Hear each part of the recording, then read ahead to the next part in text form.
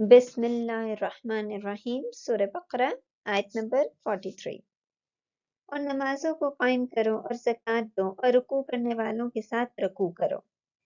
پچھلی والی آیت میں ہم نے دیکھا تھا کہ ان سے کہا گیا تھا کہ تم جو ہو حق کو باطل کے ساتھ نہ ملاؤ اور سچی بات کو، حق بات کو نہ چھپاؤ۔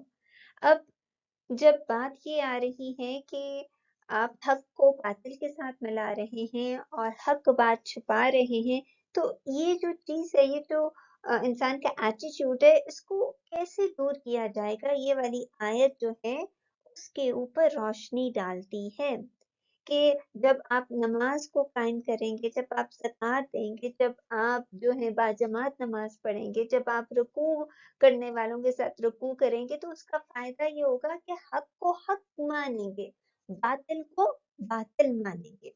وہاں اور اقیمو دیکھیں کتنوں میں ٹوٹتا ہے؟ 4 میں ٹوٹتا ہے۔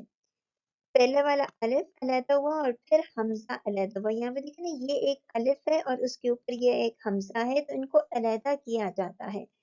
ورڈ کیا ہے؟ قیم، اور واو جزم الف جمع کے لیے۔ یہ پہلے والا الف کیا بتاتا ہے؟ فعل امر ہے۔ دوسرے والا کیا بتاتا ہے؟ باب افعال ہے۔ تو یہ بنتا ہے باب افعال کا فعل امر۔ قوم کس کو کہتے ہیں؟ قائم کس کو کہتے ہیں؟ کھڑے ہونا، قیام کرنا، اور خاص طور پر اپنے ارادے سے کھڑے ہونا، کسی چیز کی حفاظت کے لیے کھڑے ہونا، پختہ ارادہ رکھنا۔ تو کیا ارادہ ہے؟ الصلاۃ کتنوں میں ٹوٹتا ہے؟ 2 میں۔ الف لام علیحدہ ہوا، صلاۃ علیحدہ ہوا۔ روٹ ورڈ کیا نکلتا ہے؟ صاد لام واو۔ صلاۃ نماز۔ نماز کا مطلب کیا ہوتا ہے؟ نماز ایک دعا ہے۔ نماز یعنی کہ آپ اللہ کی تعظیم کرتے ہیں، اس کو رسپیکٹ دیتے ہیں۔ تمام عبادات میں نماز سب سے زیادہ امپورٹنٹ ہے، شریعت کا ایک حصہ ہے۔ کچھ علماء کا خیال ہے کہ صلاۃ دراصل صلاؤن سے ہے، تو معنی کیا ہوئے پھر کہ فلاں بندے نے عبادت کے ذریعے اپنے آپ کو دوزخ کی آگ سے دور کر دیا۔ یہاں تک بات کیا آ رہی ہے؟ اور تائی مربوطہ جو گول تھا، اس کو تائی مربوطہ کہتے ہیں، اور اس کے اوپر جو آپ یہ زبر دیکھ رہے ہیں، اس کا مطلب ہوتا ہے مفعول بہ، یعنی کہ نماز کو قائم کرو۔ قرآن میں جب بھی نماز کی بات آئی ہے، قائم کرنے کی بات آئی ہے۔ آپ مثال کے طور پر مصلی پر کھڑے ہوتے ہیں، ٹھیک ہے، یہ مصلی ہے اور آپ کھڑے ہیں۔ اب یہاں پہ قائم کیا ہے، قوم کیا ہے؟ کہ یہ جو تمہاری سچویشن ہوتی ہے، یہ کھڑے ہونا اور اس کے بعد پھر رکوع کرنا، اس کے بعد یہ سجدہ کرنا، ان سب کی تم نے حفاظت کرنی ہے، کیونکہ شیطان آئے گا، وسوسے ڈالے گا، تمہاری نماز میں خلل ڈالے گا۔ اب یہ جو زبر ہے، یہ بتا رہی ہے کہ اس چیز کے اوپر تمہیں ورک آؤٹ کرنا پڑتا ہے۔ جیسے آپ کا جسم موٹا ہو جائے تو آپ کو ورک آؤٹ کرنا پڑتا ہے، آپ کو کارڈیو کرنا پڑتا ہے، ایکسرسائز کرنی پڑتی ہے، اس کے اوپر کام کرنا پڑتا ہے۔ تو قائم جو ہے وہ خود بخود نہیں ہوگا جب تک تم صلاۃ کے اوپر اس کے اوپر کام نہیں کرو گے، اس کے اوپر ورک آؤٹ نہیں کرو گے۔ صرف نماز پڑھنی نہیں ہے، بلکہ نماز کی حفاظت کرنی ہے۔ قائم کا مطلب کیا ہے؟ نماز کی حفاظت کرنی ہے۔ اور باب افعال کیا بتاتا ہے؟ کہ پوری پوری حفاظت کرنی ہے۔ یہ نہیں ہے کہ بس آپ اللہ اکبر کیا، اپنی حفاظت شروع کی اور پھر آپ کا دماغ جو ہے وہ ادھر ادھر چلنے لگ گیا، ادھر ادھر گھومنے لگ گیا۔ اب آپ نماز کے لیے کھڑے ہوتے ہیں اور اللہ سبحانہ تعالیٰ یہ اوپر سے آپ کو دیکھ رہے ہیں، ٹھیک ہے؟ جب تک آپ کی یہ نگاہ یہ سجدے پہ پڑتی ہے نا، جب آپ اپنی نگاہوں کو سیدھا کرتے ہیں اور سجدے پر اپنی نگاہوں کو ڈالتے ہیں، تو یہ یہاں سے ریفلیکشن جاتی ہے یہاں تک، یہ جہاں پہ آپ نے سجدہ کرنا ہوتا ہے۔ پھر جب وہاں آپ دیکھتے ہیں، وہاں سے ریز نکلتی ہیں اور یہ سیدھا عرش تک پہنچتی ہیں۔ اب جب عرش تک پہنچتی ہیں تو ادھر سے پھر اللہ کی نظر کرم آپ پر پہنچتی ہے، تو اس جگہ پہ دیکھتے رہیں جہاں آپ نے سجدہ کرنا ہے. اس سے کیا ہوگا؟ آپ کی لیول آف کنسنٹریشن انکریز ہوگی، آپ کا خشوع انکریز ہو گیا. ویسے تو نماز کا ہر ہر قدم جو ہے یا ہر فارمیشن جو ہے وہ ایک اپنا معنی رکھتی ہے. جیسے مثال کے طور پر یہ جب آپ سجدہ کرتے ہیں اللہ سبحانہ تعالیٰ کو، تو یہ سجدہ کس بات کی ٹریننگ ہوتی ہے کہ یہ جو آپ کا فور ہیڈ جو لگا ہے، فور ہیڈ آپ نے زمین پہ ضرور لگانا ہوتا ہے، اور وہ فور ہیڈ کا یہ والا حصہ جو ہے آپ کے سارے ایگزیکٹو ڈیسیژنز جو ہیں وہ یہاں پر بنتے ہیں. تو جب آپ اپنا یہ والا حصہ زمین پہ لگائیں گے تو اس کا مطلب کیا ہے کہ اللہ تو مدد کر میرے فیصلوں میں نے اپنا سارا کچھ تیرے حوالے کر دیا، اب تو مددگار ہو، ہمیں صحیح گائیڈ کرے. اور پھر اس کے علاوہ یہ جو ناک آپ زمین پہ رکھتے ہیں اس کی ٹپ، اللہ میرے اندر کوئی ایگو نہیں ہے، میرے اندر کوئی خوش فہمی نہیں ہے، میں ایگو کا نہیں شکار. تو یہ ناک کا زمین پہ رگڑنا کس چیز کی نشانی ہوتی ہے کہ اللہ ہم ہمبل ہیں، ہم میں عاجزی ہے. اسی طرح جب آپ رکوع کرتے ہیں یوں اور آپ کہتے ہیں اللہ تو عظیم ہے، اللہ تو عظیم ہے، اللہ تو عظیم ہے، اس کا مطلب کیا ہے کہ اللہ تیرے میں کوئی نقص نہیں ہے، کوئی کسی قسم کا نقص نہیں ہے. تو ہمیں معاف کرتے، معاف کے ساتھ ساتھ ہمیں بھی عظیم بناتے تاکہ میرا اور تیرا تعلق قائم ہو. تو جب آپ اللہ کی دی ہوئی نماز کو اس کے اینگل پر پڑھیں گے، جب آپ ایک ایک لفظ کو آرام سے اور سوچ کر پڑھیں گے تو وہ اس طرح ہوگا کہ ایک ایک لفظ آپ کے اندر گھستا چلا جائے گا. کیونکہ اگر آپ نے ایک ایک لفظ کو اس کی جگہ پہ نہ رکھا، نماز کو اس کی جگہ پہ نہ رکھا، اس کا حق ادا نہ کیا، تو پھر یہ شیطان آپ کے پاس آ جائے گا. شیطان آئے گا اور یہ وسوسے ڈالنا شروع کر دے گا. پھر آپ کا دماغ چلے گا میں نے یہ کام بھی کرنا ہے، میں نے یہ کام بھی کرنا ہے، میں نے یہ کام بھی کرنا ہے، میں نے یہ بھی کرنا ہے، اور ساری نماز جو ہے وہ اپنی جگہ سے ہل جائے گی. یعنی اس کا حق ادا نہیں ہوگا تو کوئی فائدہ نہیں ملے گا آپ کو. جو اس کی تاثیر ہے، مطلب پڑھیں گے، ظاہر سی بات ہے اللہ سبحانہ تعالیٰ آپ کو مارکس تو دیں گے، لیکن جو اس کی تاثیر ہے، اس کا جو سگنیفیکینس ہے کہ نماز جو ہے وہ برائیوں سے بچاتی ہے، تو وہ بچا نہیں سکے گی. کیوں؟ کیونکہ شیطان آ گیا اور شیطان آپ کو اس کو نماز پڑھنے تو دے رہے لیکن قائم نہیں کرنے دے رہا.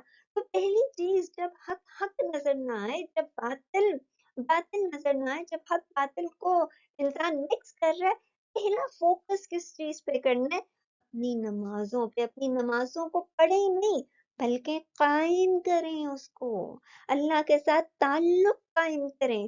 جو ہی اللہ کے ساتھ تعلق قائم ہوگا اور نماز صحیح طریقے پر، ایک دعا ہے نا، آپ یوں سمجھے کہ میں دعا مانگنے جا رہی ہوں.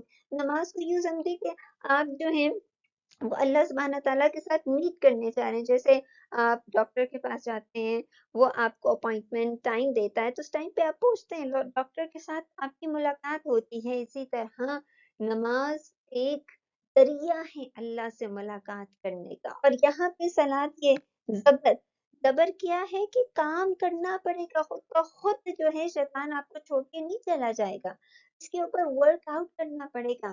اور بہترین طریقہ کیا ہے؟ سکون کے ساتھ ایک ایک لفظ کو اپنے اندر، اپنے دل کے اندر جذب کرتے ہوئے اس کو سوچتے ہوئے، اس کو سمجھتے ہوئے اس کی ادائیگی کریں. شیطان خود ہی آپ کو چھوڑ کے چلا جائے گا. ماں اور آتو، آتو دیکھیں کتنوں میں ٹوٹتا ہے، حمزہ علیحدہ ہوا، تو علیحدہ ہوا، اور یہ واو جزم الف جو ہے یہ جمع کے لیے. الف روٹ ورڈ کیا نکلتا ہے؟ الف تا یا. آتا کا مطلب ہوتا ہے آسانی کے ساتھ آ جانا، کسی چیز کا آسانی کے ساتھ آنا. اب یہ بھی دیکھیں کہ شروع میں حمزہ ہے تو فعل امر، اور پھر دوسرا باب افعال کا. تو آسانی کے ساتھ دو، آتو آسانی کے ساتھ دو، کیا آسانی کے ساتھ دو؟ زکوٰۃ.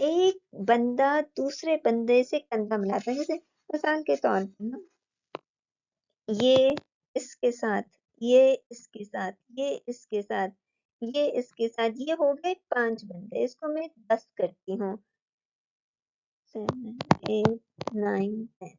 جب یہ 10 بندے باجماعت نماز پڑھتے ہیں نا، تو ان بندوں سے ایک ریس نکلتی ہے، یہ یہاں یوں کر کے یہ ایک شیلڈ بنتا ہے۔ اب یہ شیلڈ بنتا ہے، اب یہ جو ہے نا یہ ریس نکالتا ہے۔ اب یہ ریس جو ہے جب یہ صحیح طریقے پر نکلتی ہیں تو اس سے فرق کس کو پڑتا ہے؟ فضا کو، جو کہ معاشرے کے اندر ہوتی ہے۔ مثال کے طور پر اس کی اگزامپل دوں کہ ایک جگہ پر جو ہے وہ بہت زیادہ برائیاں ہو رہی تھی، تو لوگ بہت زیادہ پریشان تھے، علماء کے پاس گئے تو علماء نے کہا باجماعت نماز پڑھو، کہ باجماعت نماز سے کیا ہو رہا ہے؟ یہ شیلڈ بن رہی ہے، شیلڈ سے وہ ریز نکل رہی ہیں، پازیٹیو ریز جو معاشرے میں جا رہی ہیں، اس کا اثر یہ ہوگا کہ معاشرے کی برائی جو ہے ختم ہو جائے گی، لیکن اس میں شرط کیا ہے؟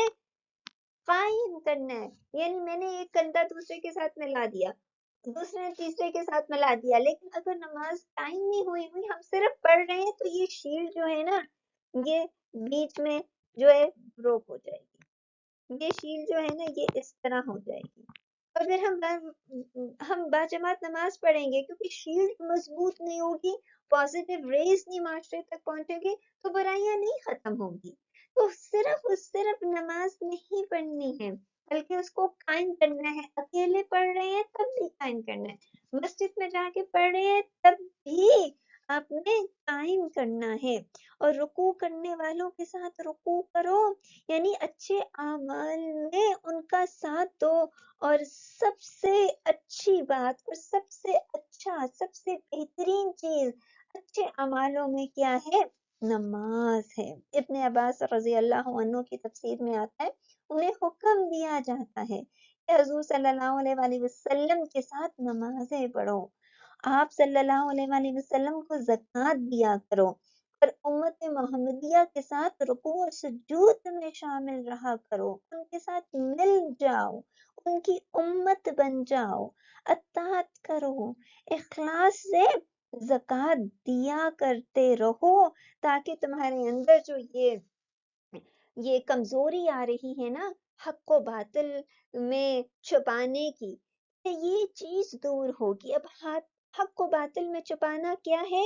لاسٹ ٹائم ہم نے دیکھا تھا کنفیوژن پیدا کرنا، لوگوں کو کنفیوز کرنا، تو کنفیوژن سے نکلنے کا طریقہ اللہ بتا رہے ہیں کہ اگر نماز پڑھو گے تو وہ شیلڈ نہیں بنے گی، لیکن جب قائم کرو گے تو تمہارے ارد گرد ایسی مضبوط شیلڈ بنے گی جو تمہیں سیدھی راہ دکھائے گی۔ اسی طرح خالی رکوع میں نماز پڑھو گے تو یہ شیلڈ جو ہے یہ ٹوٹے گی، لیکن جب اس کو قائم کرو گے ایسی مضبوط شیلڈ بنے گی، اس سے ایسی پازیٹیو ریز نکلیں گی جس سے ساری کنفیوژن جو ہے وہ دور ہو جائے گی۔ اور بیچ میں کیا ہے؟ پہلے نماز کو قائم کرو، پھر یہ کہ جو زکوٰۃ ویسے تو منی ٹرمز پر ہے، لیکن ساتھ ساتھ اس کا یہ بھی ہے کہ اپنا مطلب اپنی محبت، اپنے دل کی محبت کو صاف کرتے رہو، دل سے وہ چیزیں نکالتے رہو جس نے تمہارے دل کو جکڑ کے رکھا ہوا ہے، تاکہ تمہارا دل جو ہے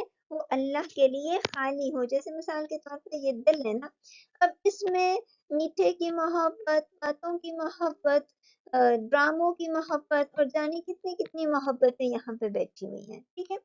اب ان سب کو نکالنا شروع کرو۔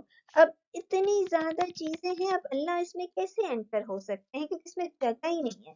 اب اس کو اگر اس کو نکال دیا، اس کو نکال دیا، میٹھے کی محبت نکال دی، وقت ضائع کرنے کی محبت نکال دی، باتوں کی محبت نکال دی، ڈراموں کی محبت نکال دی، دل خالی ہو گیا نا اللہ کے لیے۔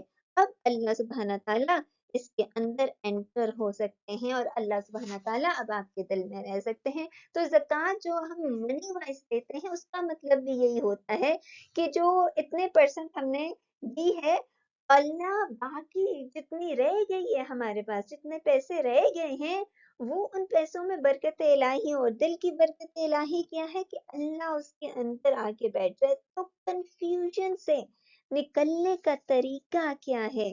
نماز کو قائم کرنے کا، زکوٰۃ دینے کا، تزکیہ نفس کرنے کا، اور بعد جماعت نماز پڑھنے کا۔ جب سارے جھک رہے ہیں تو تم بھی جھکو، تاکہ تمہارے اندر ان کی محبت پیدا ہو، اور جو شیلڈ بنے وہ تمہیں سیدھے راستے تک پہنچا دے۔